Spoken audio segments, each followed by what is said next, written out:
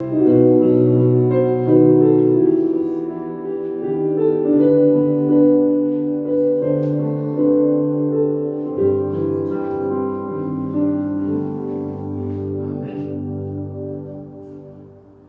오늘의 성경 말씀은 요한계시록 16장의 말씀인데, 요한계시록 16장의 말씀 전체를 이제 다 봐야 되기 때문에 여러분들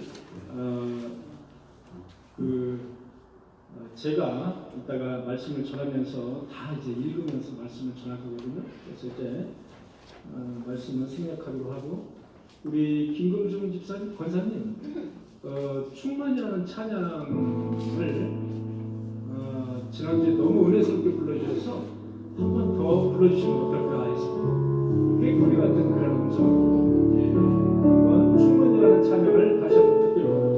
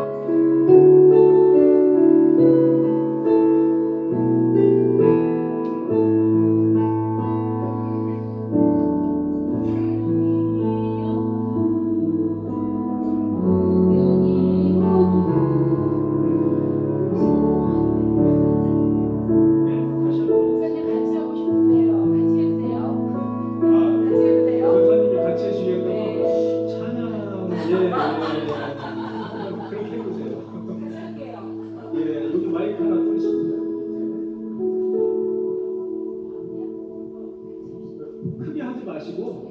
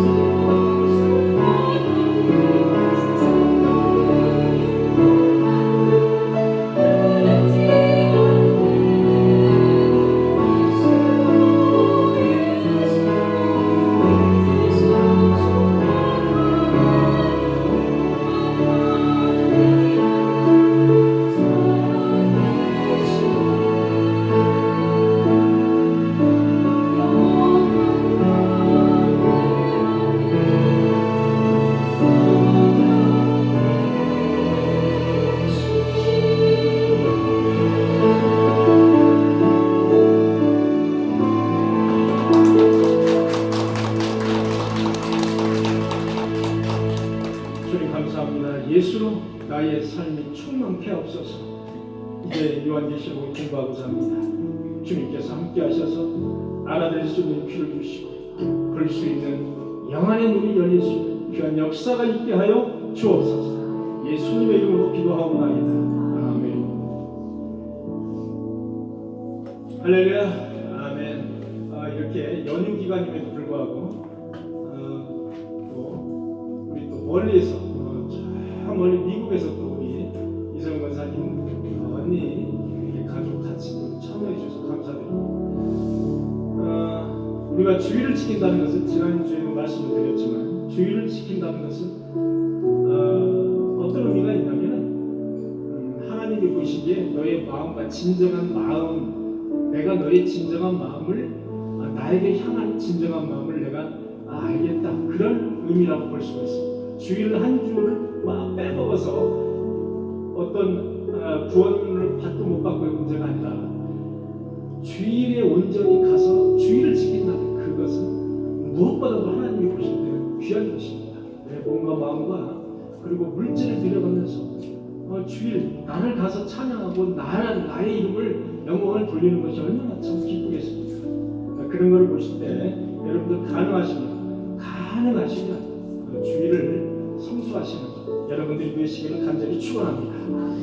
오늘은 요한계시록 16장을 보도록 하겠습니다. 요한계시록 16장은 여러분 나 8장이 요한계시록 10장이었었죠. 그 다음에 요한계시록 16장은 대적 재앙입니다. 대적 재앙, 일곱 대적 재앙을 말하고 있습니다. 요한계시록 여러분들 요한계시록 15장 마지막 쯤에서 이제 펴셔서 요한계시록 15장을 한번 펴주시기 바랍니다. 15장 5절부터 한번 보도록 하겠습니다. 이어지는 말씀이기 때문에 요한계시록 15장 5절을 빨리 읽어주시기 바랍니다. 또 이 후에 내가 보니 하늘의 증거 장막의 성전이 열리고 예, 좋습니다. 또 2일 후에 내가 보니 하늘의 증거 장막의 성전이 열리고, 여러분 증거 장막이라는 단어가 나왔습니다. 우리는 증거 장막이니 이런 말이 나올 때 좀 당황하죠. 무슨 뜻인지 모르기 때문에 그렇습니다. 여러분 신천지는 줄임말입니다. 신천지의 그 본래 단어가 혹시 뭔지 아십니까? 신천지 본래 단어. 신천지? 증거장막. 예, 신천지 예수교가 붙습니다. 어느 종교 단체나 무슨 교가 붙죠? 대한예수교 장로, 대한기독교 장로 할 때. 근데 여기는 신천지는 신천지 예수교입니다. 신천지 예수교. 그 다음에 뭐가 붙죠? 증거장막 성전. 이게 본래의 신천지의 본래 단어인데 이걸 줄여서 신천지라고 합니다. 그래서 그들은 증거장막 성전이라는 그것을 내세우고 있습니다. 신천지는 지금. 신천지는. 자, 그래서 우리가 증거장막이라는 뜻을 우선 봐야 되겠습니다. 증거장막이라는 건 무엇이냐? 여러분 유대 사람들, 이스라엘 사람들은 이 증거장막이라는 표현을 많이 쓴다는 겁니다. 무엇 대신에?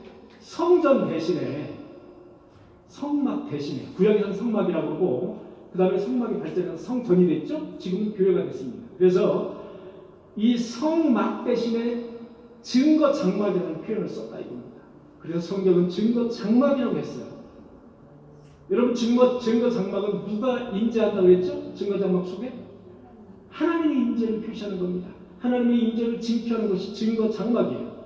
그러면 이후에 내가 보니 하늘의 증거장막의 성전이 열리고 하늘의 증거장막 성전이 열렸다는 거예요. 자, 그렇다면 땅에 성막이 있고, 그죠? 땅에 이제 성막이 있고, 그러니까 사람은 하나님이 보실 때 하늘을 보여주고 싶지만 사람은 하늘을 볼 수가 없잖아요. 그래서 사람은 또 보여줘야 믿잖아요. 우리 인간은요 보이지 않으면 안 믿어요. 잘 안 믿는 아주 여러분 특히 배우고 돈 많고 권력 있고 명예 많은 사람들은 특히 그렇습니다. 이 보이지 않는 것을 믿지 않는 거예요. 자, 보이지 않는 것을 믿지 않는다면 여러분 코로나 바이러스가 보입니까? 우리 눈에? 안 보이잖아요. 그런데 코로나 바이러스가 없습니까? 있잖아요. 수만 종의 바이러스 눈에 안 보입니다. 여러분 바람이 부는데 바람이 눈에 보입니까? 안 보이죠? 여러분 공기가 눈에 보입니까? 공기 여러분들 3분만 공기 코로 주입 안 되면 곧바로 실신해 버립니다. 이게 눈에 보이지 않는 것들이 중요한 것들이 너무나도 많아요. 그런데 하나님께서는 눈에 보이지 않는 것을 안 믿기 때문에 눈에 보이는 성막을 제작하라고 모세에게 말씀해 주셨어요. 시내산에서 40일 동안 모세가 금식하면서 40일 동안 시내산을 올라가서 받아온 것이 뭐냐? 바로 성막에 대한 구체적인 설계도를 받아왔다는 겁니다. 물론 십계명의 돌판 2개도 받아왔습니다. 십계명의 돌판 2개도 같이 받아왔습니다. 그래서 이 증거 장막이라 하면 성막을 의미한다. 이렇게 보시면 되겠습니다. 하나님의 임재를 상징한다. 그래서 본래는 증거 장막은 하늘나라를 이제 뜻한다고 볼 수가 있지 않겠습니까? 하늘나라죠. 그런데 하늘나라를 축소해서 성막을 하나님 내가 여기에 임재할 테니 이 성막을 지어라. 그래서 거기 가서 경배하고 거기 가서 예배드리고 제사해라. 이렇게 말씀을 한 거예요. 왜? 눈에 보이는 것만 믿으니까. 눈에 보이는 것만. 여러분 증거 장막이다. 자 그러면 신천지는 증거 장막을 자기가 처음에 증거 장막이라는 표현을 썼을까요? 아닙니다. 여러분 여기 어린이대공원 있죠. 어린이대공원. 그 막계동이라고 합니다. 막계동. 어린이대공원 과천에 해당하는 거기에 여러분 유재열 씨라는 사람이 있었습니다. 17살, 8살 이렇게 17살 때 유재열이가 자기가 어떤 하나님의 계시를 받았다 그래가지고 거기 들어가서 사람을 모집하기 시작했습니다. 그래서 1969년 11월 1일 69년 11월 1일에 종말이 온다. 그래서 14만 4천이 다 증거 장막에 다 들어와라. 그래서 유재열 씨가 대한기독교 장막 성전을 설립했습니다. 대한기독교 장막성. 여기도 기독교라는 단어가 들어가죠? 무슨 표. 여기는 기독교예요. 근데 지금 신천지는 예수교예요. 대한기독교 장막성전을 그 유재열 씨가 성립해요. 여러분 유재열 씨는 누군지 아시죠? 가수 싸이의 장인이 있습니다. 장인. 그 사람이 유재열 씨예요. 아주 큰 이단을 설립해서 당시 기록을 보면 거기 한 5천여 명이 모였다. 이렇게 기록이 되어 있습니다. 그래서 종말을 주장하다가 12월 1일 날 종말이 오지 않은 거예요. 그러니까 어떻게 되겠습니까? 거기에 헌금하고 거기에 몸을 담고 다 팔아서 거기에 들어온 사람들. 여기 다 들어와라. 14만 4천. 여기 14만 4천이 지나면 문 닫는다. 다 들어와라. 그래서 거기 들어왔어요. 고소를 했습니다. 고소를 해가지고 유재열 씨가 구속이 됩니다. 구속이 되고 미국으로 도망가 버려요. 형 살고 나서. 지금도 살아있습니다. 유재열 씨. 강남에서 큰 빌딩을 가지고 있습니다. 큰 부자가 됐죠. 그것을 당시 유재열 밑에서 제자로 있었던 사람이 이만희입니다. 이만희가 안 되겠다. 내가 유재열이 가지고 있던 그 교리를 꼰따가지고 다시 뭔가를 기획해야 되겠다. 그래서 이만희가 다시 신천지 예수교 증거장막 성전을 세웁니다. 그래서 유재열 씨가 세운 대한기독교 장막 성전은 바로 그 이어서 신천지 예수교 증거장막 성전, 지금 신천지로 거듭난 거다 보시면 되겠습니다. 거듭난 거. 그래서 지금도 여러분 그 막계동에서 거기에서 거기가 어린이대공원이 들어서는 바람에 그거를 이제 보상을 받아가지고 문원동을 왔습니다. 문원동을 와서 문원동에 약 한 1,500평의 땅을 받아서 거기에서 이제 다시 교회를 시작했어요. 그 교회가 이삭교회입니다. 이삭교회. 문원동에 있는 이삭교회. 지금은 문원동에 과천 소망교회가 바뀌었습니다. 과천 소망교회. 우리 박효숙 권사님은 지금 이제 벼랑동에 사시니까 조금만 더 올라가시면 문원동인데 문원동에 과천 소망교회라고 있습니다. 되게 땅이 넓죠? 아마 더 땅을 산 것 같아요. 그래서 한 2,000여 평 되는 것 같아요. 그래서 거기가 지금 과천 소망교회인데 저는 과천 소망교회 가서 예배를 드려봤습니다. 여러분 과천 소망교회는 아직도 신천지의 그 뿌리들이 남아있다고 저는 보이잖아요. 연세 드신 분들이 대부분 주류를 이루고 있어요. 가정에 보니까. 제가 이제 여기 귀산교에서 나와서 예배 드릴 장소가 없어서 이 교회 저 교회 이제 한 주씩 예배 드릴 때 그 교회를 이제 가봤어요. 자, 이것은 이제 가지에 해당되는 거고요. 그래서 우리 이후에 내가 보니 하늘의 증거 장막 성전이 열리고라는 표현, 이 증거 장막 성전을 바로 이런 이단들이 갖다가 썼다. 이렇게 이제 간단하게 보시면 되겠습니다. 6절 보시면 일곱 재앙을 가진 일곱 천사가 성전으로부터 나와 맑고 빛난 세마포 옷을 입고 가슴에 금띠를 띠고 이렇게 되어 있습니다. 자, 6절을 보시면 일곱 재앙을 가진 일곱 천사가 성전으로부터 나와서 맑고 빛난 세마포 옷을 입고 가슴에 금띠를 띠고, 천사가 금띠를 띠고 빛난 세마포 옷을 입고, 이게 무슨 뜻이냐? 이것은 하나님의 하나님의 그 대리자로서 제사장직, 여러분 제사장 금 띄고 그러죠? 예. 제사장의 신분이라든지 또는 왕의 신분, 하나님을 대리하는 그 대리자로서의 제사장과 왕의 신분, 하나님의 권위를 나타내는 그런 신분을 가르친다는 것이 되겠습니다. 그 사람들이 진짜 띠를 띠고 이렇게 세마포를 입고 이렇다고보다도 하나의 상징적인 표현이다. 하나님의 대리자다. 이렇게 대리자라는 표현을 상징적으로 그렇게 표현했다. 그렇게 보시면 됩니다. 7절을 보겠습니다. 네 생물 중에 하나가 영원토록 살아계신 하나님의 진노를 가득 담은 금대접 일곱을 그 일곱 천사에게 주니. 여러분, 네 생물이라고 했죠? 네 생물은 요한계시록 4장에 여러분서 공부했죠. 요한계시록 4장 네 생물이 뭐였죠? 네, 사자, 그 다음에 송아지, 그 다음에 사람, 그 다음에 독수리. 이 네 가지 다른 뜻이 있죠. 이만큼 하나님의 네 생물은 하나님의 그 지시를 받아서 이렇게 모든 면에서 강하고 그리고 모든 것을 다 알 수 있는 그런 전능하신 분이라는 것을 상징적으로 이렇게 표현한 것이 네 생물이라는 표현을 썼습니다. 네 생물이라는 표현이 이제 여러 번 나왔었죠. 자, 그런데 여기 중에 무슨 말씀이 있느냐? 네 생물 중에 하나가 영원토록 살아계신 하나님의 진노를 가득 담은 금대접.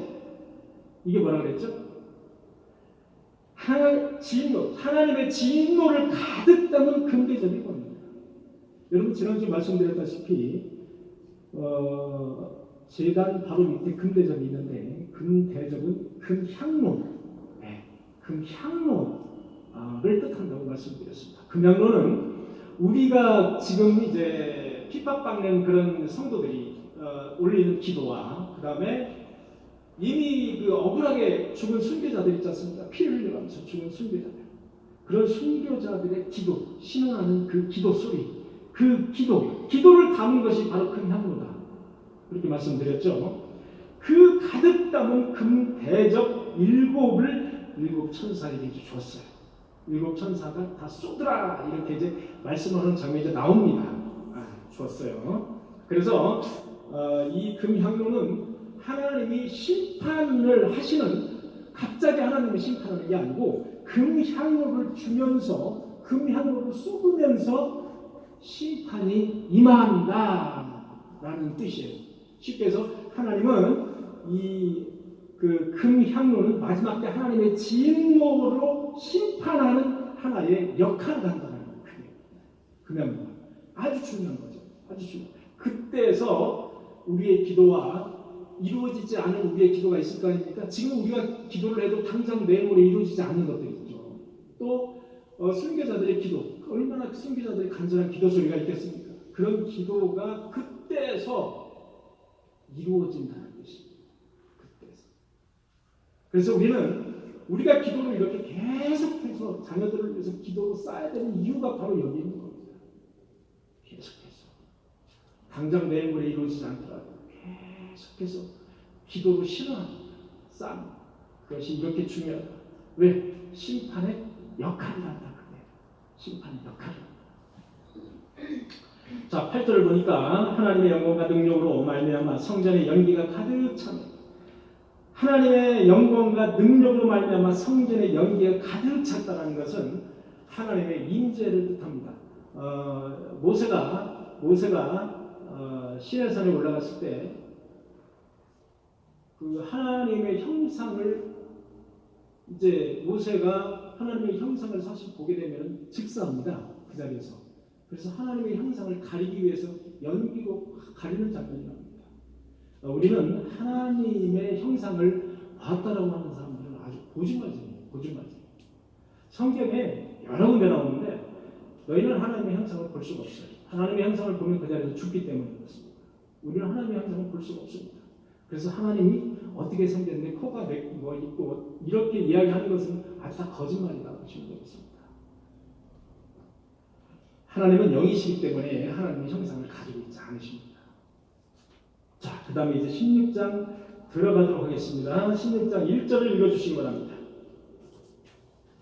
또 내가 들은 성전에서 큰 음성이 나서 일곱 은사에게 말하되 너희는 가서 하나님의 진노의 일곱 대접을 땅에 쏟으라 하더라. 예, 땅에 쏟으라는 무슨 뜻이라고? 하나님의 심판을 실행하라 그런 뜻이다. 네, 하나님의 심판을 이제 실행하라. 자, 2절 읽어주시기 바랍니다. 계속 읽어주세요. 2절. 천사가 가서 그 대접을 땅에 쏟으되 짐승의 표를 받은 사람들과 그 사람에게 경배하는 사람에게 악하고 독한 전기가 나더라. 예, 악하고 독한 종기가 났다 이렇게 말씀하고 있어요. 자, 첫째 천사가 가서 그 대접을 이제 땅에 쏟았어요. 쏟으니까 누구에게? 짐승의 표를 받은 사람 첫째, 짐승의 표를 받는 사람. 둘째는 우상에게 경배하는 사람. 여러분 잘 들으셔야 됩니다. 짐승의 표를 받은 사람과 우상에게 경배하는 사람에게 독한 종기가 났다고 말씀하세요. 자, 그러면 짐승이 뭡니까? 짐승. 종기는 또 뭘까요? 종기. 여러분 종기는 헬라어로 헬코스라는 단어입니다. 헬라어로 헬코스라는 단어인데 이 종기, 여러분 욥기 2장 7절에 보면 이런 말씀이 있죠. 사탄이 욥을 쳐서 그 발바닥에서 정수리까지 뭐가 나게 한지라? 종기가 나게 한지라. 아주 상상하기 어려운 아주 고통을 이야기할 때 종기, 독한 종기, 독한 종기를 이야기합니다. 그 종기, 여러분 이 종기가 하나님의 심판의 재앙으로 종종 사용되는데 모세가 출애굽할 때 그 바로 왕이 모세의 말을, 하나님의 말을 듣지 않으니까 10가지 재앙을 내렸죠. 그 중에서 종기 재앙이 있습니다. 몇 번째? 6번째 종기 재앙을 내리십니다. 그만큼 심판의 수단에 종기라는 것은 등장한다는 보시면 되겠습니다. 상상하기 어려운 머리에 정수리부터 발끝까지 너무 가려워가지고 툭툭툭툭 긁으면서 거기에 피고름이 납니다. 그게 바로 종기 재앙이라고 보시면 되겠습니다. 자, 짐승은 이따가 다시 한번 말씀드리도록 하겠습니다. 3절, 둘째 천사가 그 대접을 바다에 쏟음에 바다가 곧 죽은 자의 피같이 되니 바다 가운데 모든 생물이 죽더라. 자, 둘째로 그 대접을 어디에 쏟았어요? 바다에 쏟았어요. 바다에. 강에 쏟은 게 아니에요. 바다에 쏟았어요. 그랬더니 뭐가 죽었어요? 모든 생물이 죽었어요. 여러분, 이것은 우리 출애굽의 10가지 재앙 중에 나일강이 피로 되는 재앙이 있었죠. 그게 몇 번째 재앙입니까? 첫 번째 재앙.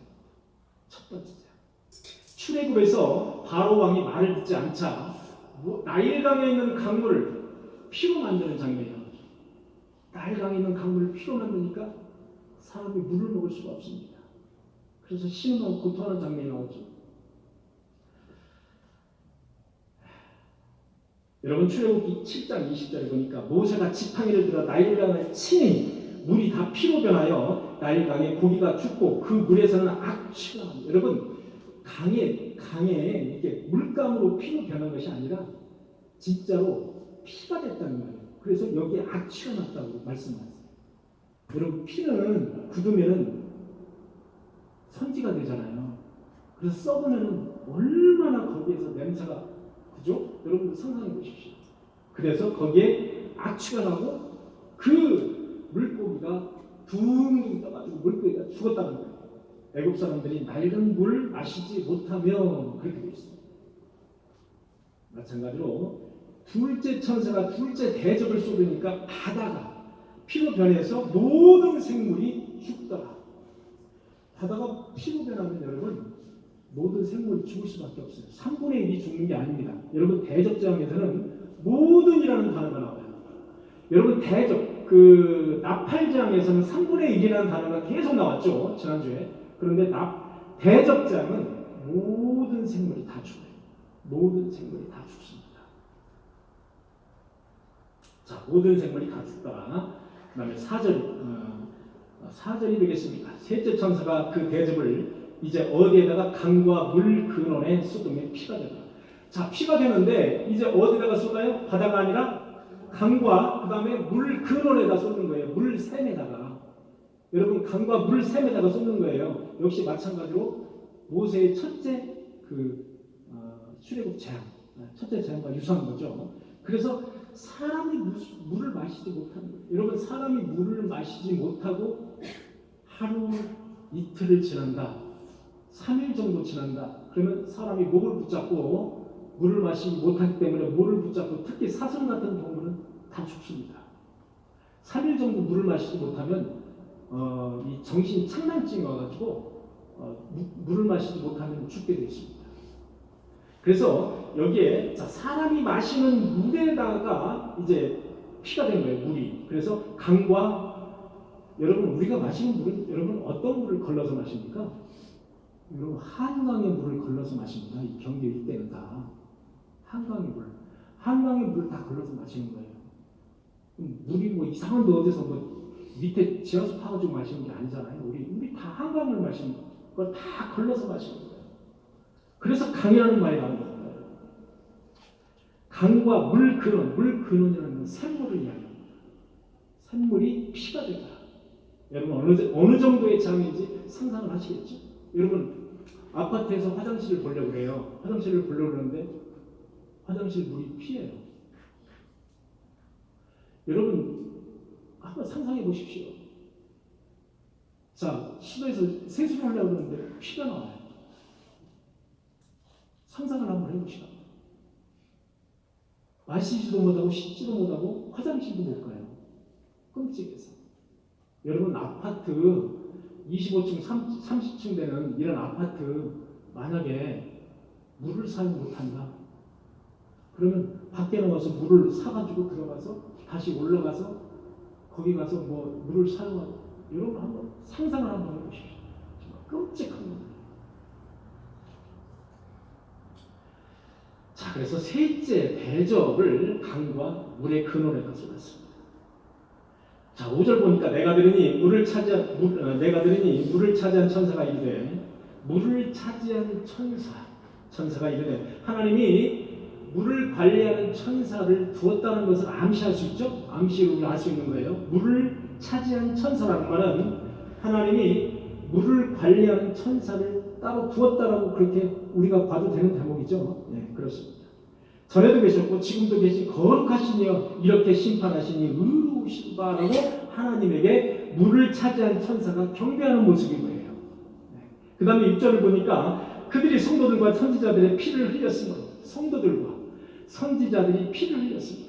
자, 이 말은 아주 중요한 말이 되겠습니다. 저와 여러분들은 지금 이미 순교한 사람들은 아니에요. 그러나 하나님을 믿음으로 피를 흘리는 사람들이에요. 그게 무엇을 의미하느냐? 하나님을 믿기 때문에 이 시간에 이렇게 나와서 다른 걸 다 포기하고 이 시간에 나와서 하나님께 시간을 들여 열정을 들여 헌금 들여 이게 다 하나님이 볼 때는 피를 쉽게 얘기해서 피를 드리는 거예요. 이렇게 희생을 하는 거예요. 이런 것들이 그 성도들과 선지자들의 피를 흘림으로 여기에 다 포함된 겁니다. 그들에게 피를 마시게 하신 것이 그들에게는 뭡니까? 불신자들. 그 말씀 바벨론에 해당됩니다. 바벨론은 뭐라고 그랬습니까? 하나님을 믿지 않는 나라와 그 백성들, 아주 하나님과 대적하는 그 대적자들, 이런 사람들을 바벨론이라고 그랬죠. 불신자들. 그들이 바로 그들이에요. 그들에게 피를 마시게 하는 것이 합당한 일이다. 여러분 피를 마시고 며칠을 살 수 있을까요? 계속 피가 나옵니까? 피는 부패합니다. 계속 부패해요. 부패하는 피를 마시고 죽는 거예요. 성도들에게 피를 마시게 하는 것이 합당합니다라고 하나님께 찬양하는 거예요. 하나님은 순교로 인한 피 흘림의 대가로 저들에게 바벨론 저들의 피를 흘리는 것이 합당하다라고 말씀하는 거예요. 하나님은 찬양하는 거예요. 이사야 49장 26절에 보니까 내가 너를 억압하는 자들에게 자기의 살을 먹게 하며 새술의 취함같이 자기의 피에 취하게 하리니. 여기 마찬가지로 이사야서 49장을 보니까 하나님은 심판의 하나의 수단으로 피를 가지고 심판의 수단으로 작정하신다는 것을 볼 수가 있어요. 피. 자, 7절입니다. 내가 들으니 제단이 말하기를 그러하다 주 하나님 곧 전능하신 이시여 심판하시는 것이 참되고 의로우시다 하더라. 제단이 말을 합니까? 여러분, 제단이 말을 하기를, 이 제단이 말하기를 이라는 것은 문학적이고 상징적이고 비유적인 표현이라고 할 수가 있습니다. 제단이 실제로 말했다라는 그런 표현이 아니라 상징적인 표현이다, 비유적인 표현이다, 문학적인 표현이다라고 말을 할 수가 있습니다. 제단이 말하기를 그럼 무슨 이것은 제단이라고 말하는 것은 성도들의 기도와 순교자들의 그 억울함에 대한 호소를 말을 하는 겁니다. 살다가 죽은 순교자들, 억울한 순교자들이 지금 천사와 말을 주고받는 겁니다. 천사와 말을 주고받는 겁니다. 7절 다시 한번 읽어보도록 하겠습니다. 또 내가 들으니 누가 들으니? 요한이 들으니 제단이 말하기를 그러하다 주 하나님 곧 전능하신 이시여 심판하시는 것이 참되고 의로우시다 하다. 제단은 여기서 성도들의 기도, 그리고 말씀에 순종하여 살다가 죽은 순교자들, 그 순교자들의 그 시원하는 그 소리, 그런 소리에 천사들과 그런 소리를 같이 상징화하는 것이다, 하나의 상징화하는 것이다라고 보여집니다. 문학적인 그런 표현이다, 그렇게 이제 보시면 되겠습니다.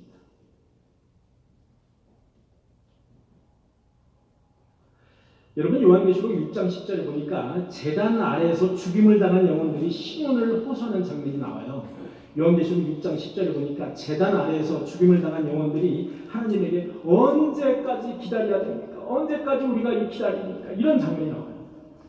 바로 제단 아래에서 라고 말하고 있거든요. 그래서 여기서 말하는 제단이 말하기를 이라는 것은 아까 말씀드렸다시피 이렇게 순교자들이 말하는 그 음성이다, 또는 성도들의 기도 소리의 음성이다, 두 가지 다 합쳐서 제단이 말하기를 이렇게 상징적으로 표현했다, 이렇게 말씀을 보시면 되겠습니다. 자, 8절 읽어주시기 바랍니다. 전사가 군대적으로 새 수금에 해가 번제를 받아 분노 사람들이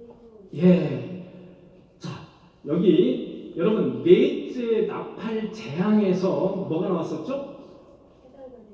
해와 달과 별이 몇 분의 몇이? 3분의 1이 어두워졌다, 이런 말씀이 나왔죠. 그런데 이번에 보니까 넷째 대접을 쏟으니까 달과 별은 이제 아니에요. 해가. 여러분, 해는 아까도 말씀드렸지만 행성이 아닙니다. 움직이는 게 아니에요. 항상 그곳에 있어요, 해는. 그래서 항성이라고 우리가 얘기해요.